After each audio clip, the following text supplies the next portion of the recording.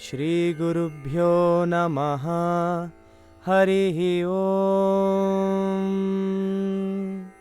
हे स्वामिनाथ करुणाकर दीनबन्धो, श्रीपार्वतीश मुखपङ्कज पद्मबन्धो, श्रीशादिदेव गणपूजितपादपद्म वल्लीसनाथ मम देहि करावलम्बम्।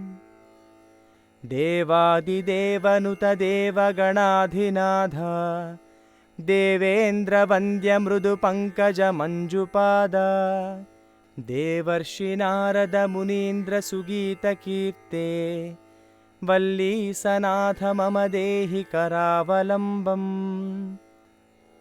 नित्यान्नदाननिरताखिलरोगहारिन्, तस्मात् प्रदानपरिपूरितभक्तकाम, श्रुत्यागमप्रणववाच्य निजस्वरूप, वल्लीसनाथ मम देहि करावलम्बम्। क्रौञ्चासुरेन्द्रपरिखण्डनशक्तिशूल, पाशादिशस्त्रपरिमण्डितदिव्यपाणे, श्रीकुण्डलीशधृततुण्डशिखीन्द्रवाह, वल्लीसनाथ मम देहि करावलम्बम्। देवादिदेवरथमण्डलमध्यवेद्य, देवेन्द्रपीठनगरं दृढचापहस्तम्, शूरं निहत्य सुरकोटिभिरीड्यमान, वल्लीसनाथ मम देहि करावलम्बम्।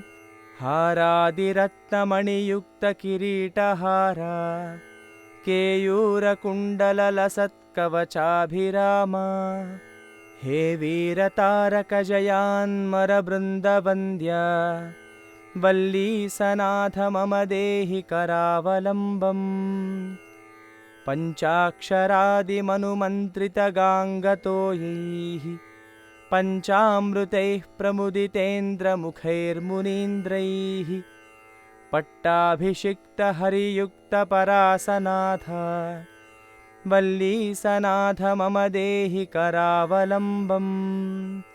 श्रीकार्तिकेयकरुणामृतपूर्णदृष्ट्या, कामादिरोगकलुषीकृतदुष्टचित्तं, भक्त्या त्वमामवकलाधरकान्तिकान्त्या, वल्लीसनाथ मम देहि करावलम्बम्।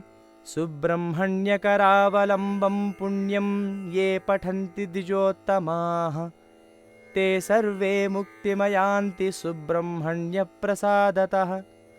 सुब्रह्मण्यकरावलम्बमिदं प्रातरुत्थाय यः पठेत्, कोटिजन्मकृतं पापं तत्क्षणादेव नश्यति।